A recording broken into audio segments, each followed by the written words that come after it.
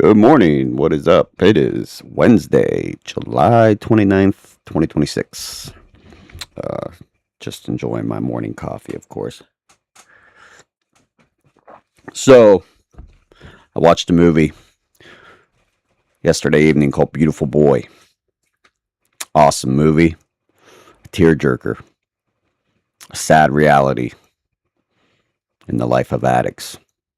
It's about a son who battles addiction, and his dad does everything in his power to try to get him clean and save him. But I don't want to give too much away. So, possible spoiler alerts. But like I said, it's a sad reality. I look at it and it's heartbreaking to me because, and I teared up a lot in the movie because I lived it. I lived the life of addiction, and there was many years where I felt trapped. I felt like there was no way out. I felt like, it would either kill me or, it's very hard. It's like, and no one can tell you, to stop. In the movie, his parents try everything they can to try to help him, but nothing works. Nothing they say, nothing they do works. The addict has to want it. He has to want it.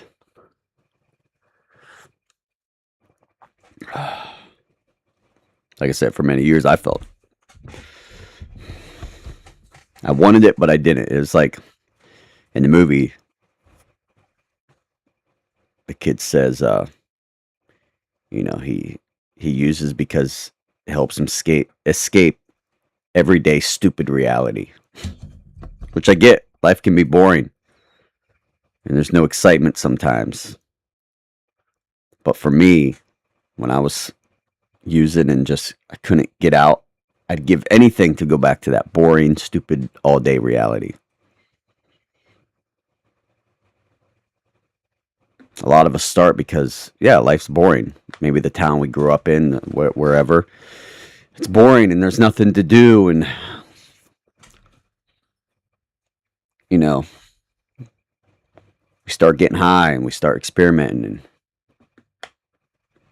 and it becomes, and it's fun at first.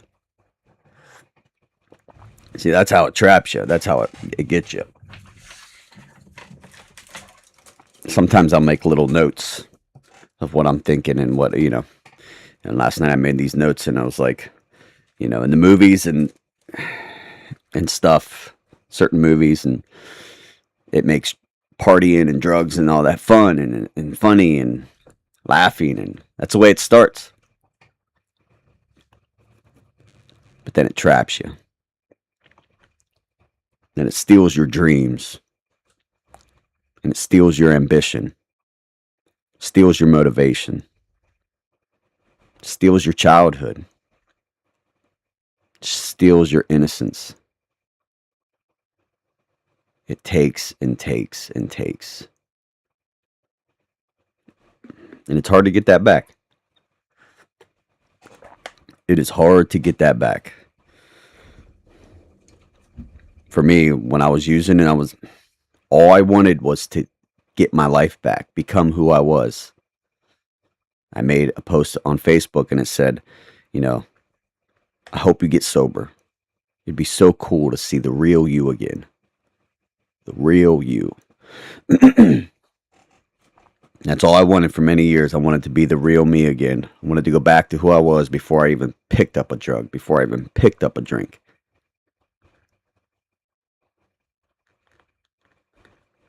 And I never thought it was possible. It's funny because in the movie, he even says, going back just seems like too far of a journey. I'm already too deep into addiction. Just going back to it, it's just too much, too far to go to just go back. And that's true. When you're in addiction, you think those thoughts. You're like, I'm already too far gone. There's no going back. But I'm here to tell you there is.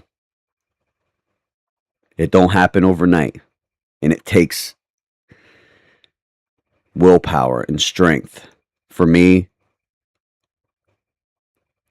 I grew up in a Christian home, like I've said before, and I've always trusted in God. And over the years, I've picked up the Bible and I've read and I've prayed and I've had people praying for me. Thank God for my parents. They never gave up on me. They kept praying, and if anything, like I said before, the parents tried everything they could for the boy, and nothing they did worked. But one thing, prayer does work.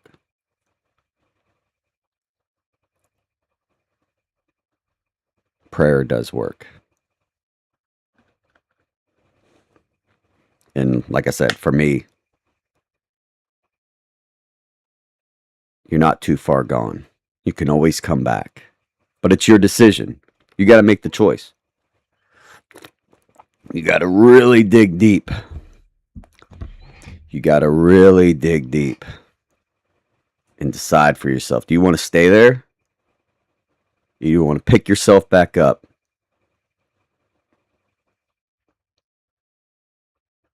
and start over? And it's not easy starting over. It's not easy. It takes courage, and it takes strength, and it takes determination, perseverance. But here's the thing. Seeing who I am now, that I am much stronger. I'm much wiser. I've learned a lot through all the pain and the struggles and the years, what I had to do to pull myself up and who I had to trust, which is God. I had to make those decisions. It didn't happen on my own. Excuse me. Like going through those, when I decided to quit, I was like, this whole time too, like I said, I was in the Bible and I was reading. I was using at the time too, but I'm still reading and I was being convicted. Every time I smoked or did a drug or drank, or it was like God was just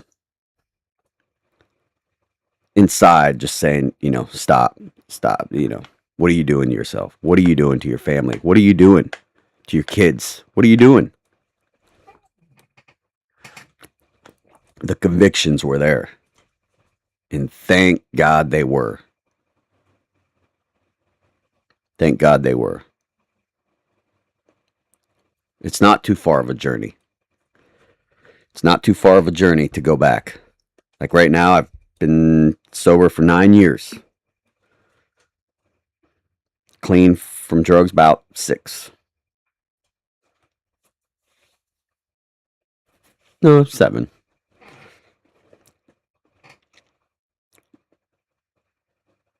And it's like, I'm not where I want to be, but I'm better than where I was. I have a job. I have a place to live. I take care of my kids. My kids see me sober. They see a strong dad. I just bought a new vehicle this summer. I took my kids to the beach. Took my kids on vacation. My bills are paid. There's always food on the table. We have clothes. We always have a fun time. We always laugh together. We're always going on adventures. This stuff didn't happen overnight. The journey was long, but it was worth it. That's the thing. Like in the movie, he says, it's the journey's too far. Going back just seems too far of a journey. See, that you can't think like that. You got to change that and say, you know what? The journey may be far, but I'm going to do it. I'm going to do what it takes. I'm going to get my life back. I'm going to become the real me again. And it is possible. Trust me. I'm living proof. And that's another thing. Like when we're in addiction, we want to just laugh again. We want to be happy again without a drug, giving us that euphoria. We want it to be natural. The real us, the real laughter, true happiness, true peace. We want that so bad. And I'm telling you, I'm proof that you can have it again.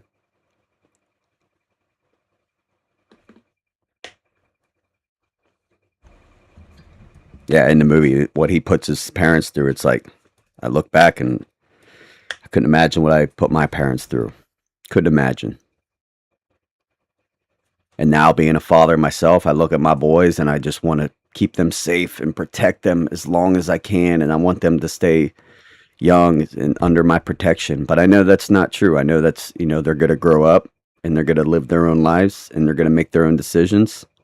So that's why it's up to me to be the example, to teach them.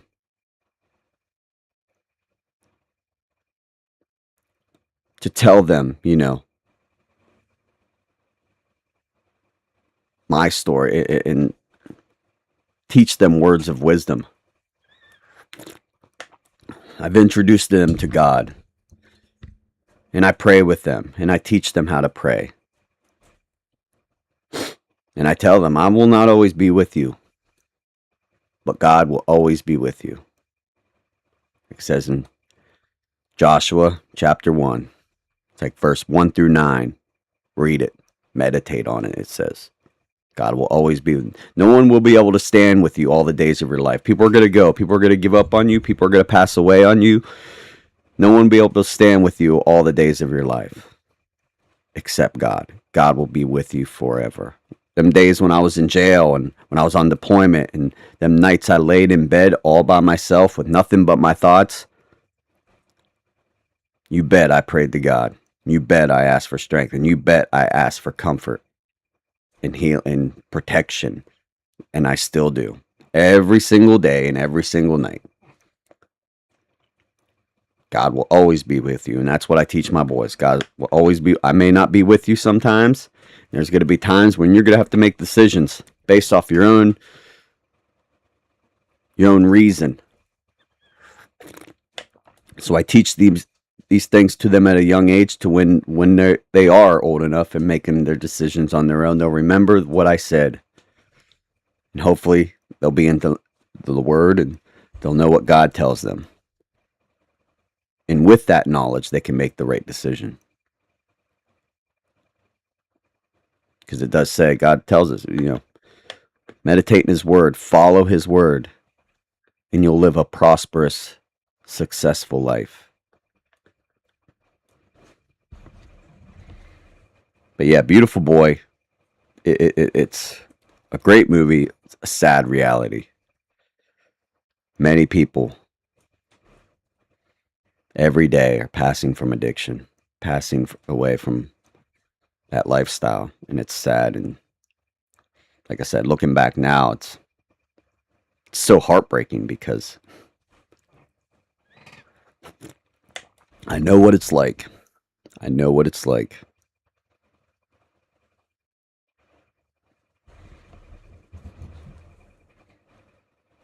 But yeah, check out that movie. It's pretty good. Trying to think of what other things were in it. Yeah, and then the boy goes to rehab, and then there's others in rehab, and they mention a lot of the rehabs talk about God. They talk about God, and the addicts, they don't want to hear about God. And that's the sad thing too, and it's true because I was in a rehab at a young age. When I was young, man, you couldn't tell me anything. You couldn't tell me anything. I had to live and learn the hard way and endure all the years of pain and suffering and struggle and heartache. God had to knock me upside the head quite a few times.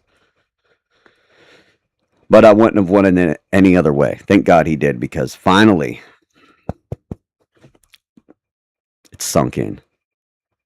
It sunk in. And I think all that was for what I'm doing now. Everything I went through, all the struggles, I think that's for what I'm doing now. What I'm speaking now. It's like, why else would it be? What was the reason God spared me? Saved my life. Of course, for my boys. I have a job to do, and that's be a father and to raise my boys. But I also think there's other reasons too.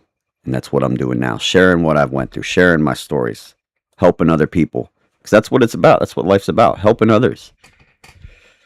I mean, Jesus is the perfect example. Sacrificed himself for others. For everyone. The greatest gift is sacrifice. Helping others. Service to others.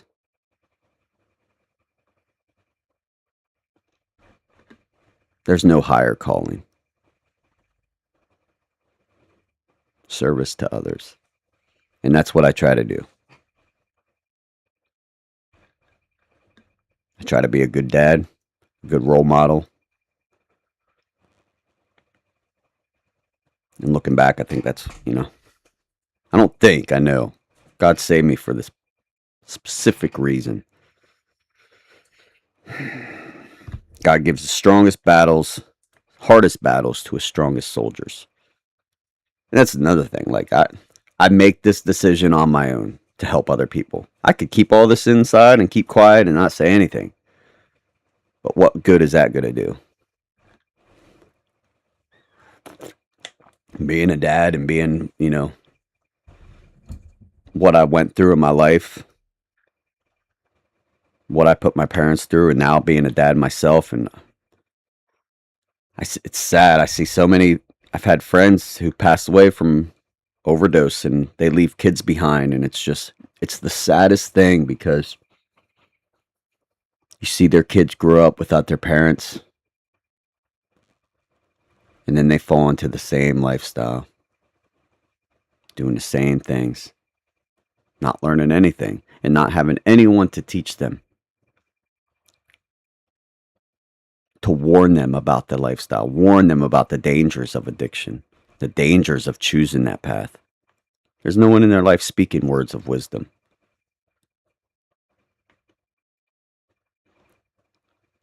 Kids nowadays, they need that. They don't need someone partying with them. Like in the movie, it wasn't a good idea probably. The dad smoked weed with the son.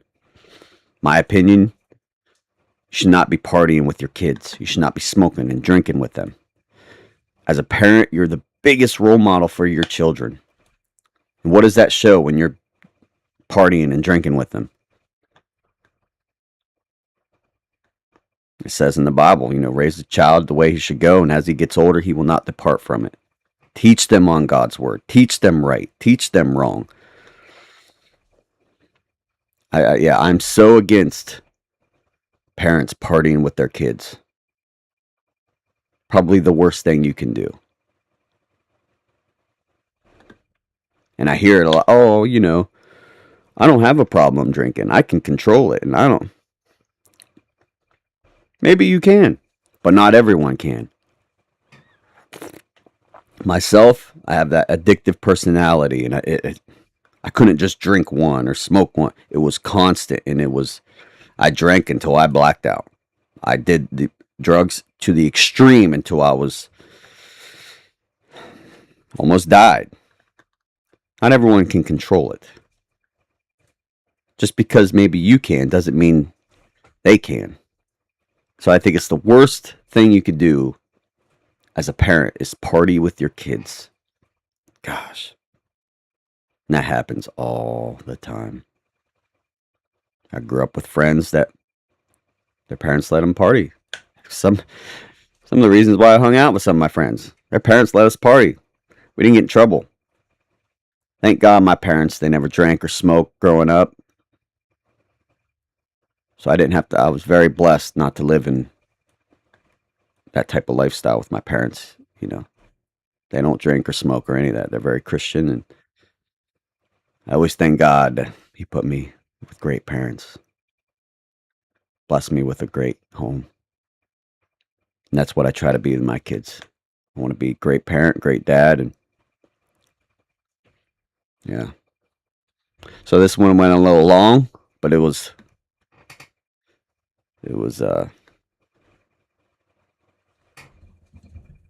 needed. This video was needed. Beautiful Boy. Great movie. Like I said, shows a glimpse of the reality of a drug addict. Don't give up on them. Don't give up on them. Pray for them. Stand by them no matter what. Don't give up on them. Keep hope alive. Don't give up on God either, because He doesn't give up on you. He will be with you forever. Just got to trust and believe. Well, that's going to wrap it up. I hope everyone has a blessed Wednesday and a blessed week. Till next time, God bless.